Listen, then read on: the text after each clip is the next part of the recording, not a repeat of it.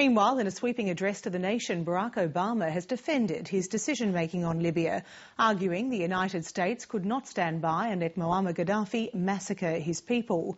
But the US president failed to move many of the critics who say he's failed to clearly define the mission. Washington correspondent Craig McMurtry reports. There was no Oval Office backdrop. Instead, the president preferred Washington's National Defense University to make his case before an invited audience. We knew that if we waited one more day, Benghazi could suffer a massacre that would have reverberated across the region and stained the conscience of the world. It was not in our national interest to let that happen. I refused to let that happen. His televised speech lasted 27 minutes, but it fed the cable news shows for hours. And we did not learn when and how the United States will leave this conflict. When the President Reagan attacked Tripoli, he didn't ask anybody, he didn't assemble a coalition. He can't be complicated about this. He just can't.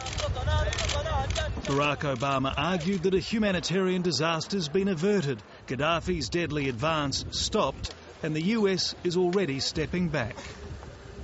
Because of this transition to a broader NATO-based coalition, the risk and costs of this operation to our military and to American taxpayers will be reduced significantly. The United States of America has done what we said we would do. But his administration is still struggling to explain why the military campaign isn't also designed to remove the Libyan leader, and the difference between a limited military action and an all-out assault. Witness this exchange at today's Pentagon briefing. What's the difference between the kind of strikes you're describing and simply strikes that would destroy the Libyan military, period?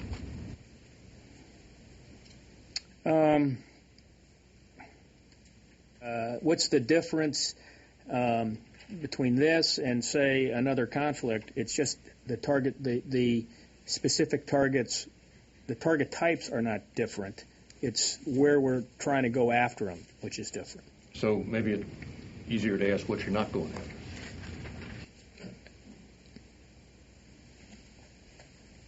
The thing that struck me at the Conservative American Enterprise Institute, Libya is the hot topic, and there's plenty of criticism directed at the White House. I think that a lot of the problem is how they've explained themselves and their failure to do so, and how kind of off the back foot they've been. I mean, they did a lousy job of informing Congress. They did a lousy job of informing the American people, as many other people pointed out. This is a speech the president should have given, days ago, perhaps even before we went in. I don't think Libya is a precedent for anything. Former Bush advisor and leading neoconservative Paul Wolfowitz calls it a failure of leadership.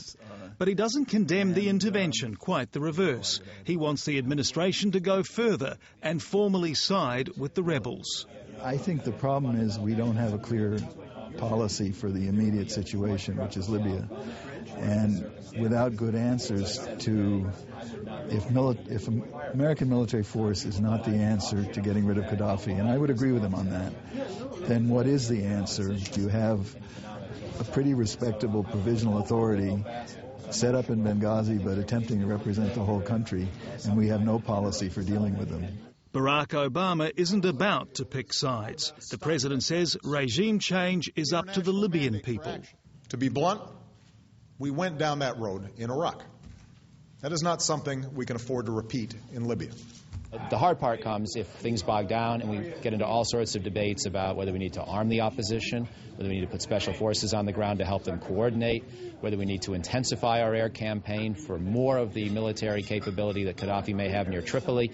These are the harder questions that the president will probably have to face, because my prediction would be that the rebels right now may not have the capability to march on Tripoli. Now, we'd all be delighted to see that kind of prediction proven wrong, but we have to be prepared in case it's correct.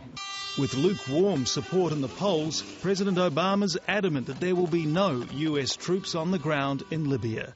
Leading Liberal campaigner Robert Borisage says the president's base is behind him. But if it isn't over soon, that could quickly change. There's a great humanitarian interventionist liberal strain in American politics. We don't like to see Rwandas happen.